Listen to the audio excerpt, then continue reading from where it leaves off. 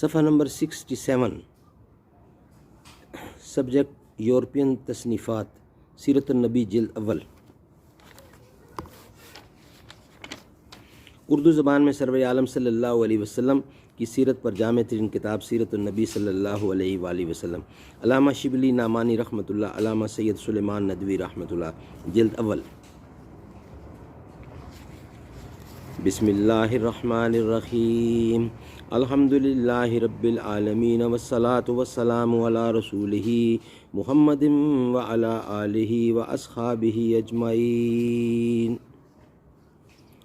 Page 67، subject European تصنیفات، اس کا یہ دوسرا ویلاگ ہے، پہلا ویلاگ بیان ہو چکا ہے۔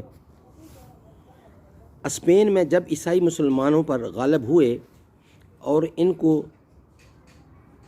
سرکوستا کی دیواروں تک ہٹا دیا تو مسلمان لوٹ کر آئے اور اپنے بتوں کو انہوں نے توڑ ڈالا۔ اس عہد کا ایک شاعر کہتا ہے، اپلین مسلمانوں کا دیوتا وہاں ایک غار میں تھا، اس پر وہ پل پڑے اور اس کو نہایت سست کہا اور اس کو گالیاں دیں اور اس کے دونوں ہاتھ باندھ کر ایک ستون پر اس کو سولی دی اور اس کو پاؤں سے روندا اور لاٹھیوں سے مار مار کر اس کے ٹکڑے کر ڈالے اور ماہوم کو، جو ان کا دوسرا دیوتا تھا، ایک گڑھے میں ڈال دیا۔ اس کو سور اور کتوں نے نوچ ڈالا۔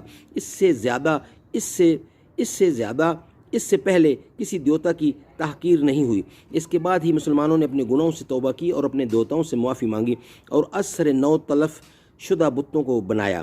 اسی بنا پر جب شہنشاہ چارلس سرکوستا میں داخل ہوا تو اس نے اپنے ہم راہیوں کو حکم دے دیا کہ تمام شہر کا چکر لگائیں۔ وہ مسجدوں میں گھس گئے اور لوہے کے ہتھوڑوں سے ماہو، میڈ اور تمام بتوں کو توڑ ڈالا۔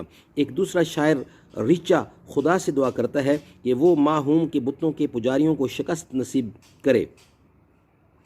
اس کے بعد وہ امراء کو جنگی صلیبوں کے لیے ان الفاظ میں آمادہ کرتا ہے، اٹھو اور ماہو، میڈ اور ٹرماگان کے بتوں کو عمدہ کر دو اور ان کو آگ میں ڈال دو اور ان کو اپنے خدا وند کی نظر کر دو۔ اس قسم کے خیالات ایک مدت تک قائم رہے۔ کسی اور حصہ میں ہم اس کو مفصل لکھیں گے۔ 17ویں اور 18ویں صدی 17ویں صدی کے سنین وسطی یورپ کے عصر جدید کا مطلع ہے۔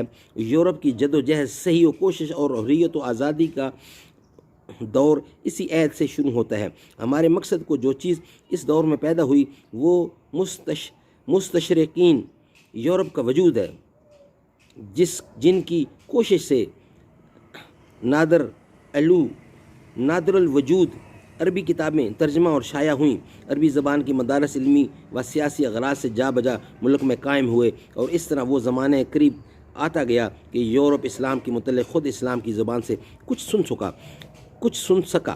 اس دور کی خصوصیت اول یہ ہے کہ سنانے عامیانہ خیالات کے بجائے کسی قدر تاریخ اسلام و سیرت پیغمبر صلی اللہ علیہ وسلم کی بنیاد عربی زبان کی تصانیف پر قائم کی گئی۔ گو موقع بہ موقع معلومات سابقہ کے مصالح کے استعمال سے بھی اعتراض نہیں کیا گیا۔ اس دور سے چونکہ یورپ نے مذہبی اشخاص کے شکنجہ سے نجات پائی اور اس کے مذہبی اور سیاسی امور الگ الگ ہو گئے، اسی بنا پر اسلام کے متعلق مصنفین کی دو جماعتیں الگ ہو گئیں۔ عوام اور مذہبی اشخاص اور محقق وغیرہ متعصب گروہ اسلام کے متعلق ان دونوں جماعتوں نے جو کوشش کی وہ آج ہمارے سامنے ہے۔ صدق اللہ العلی العظیم و صدق رسولہ النبی الکریم و نحن علی ذالک من الشاہدین۔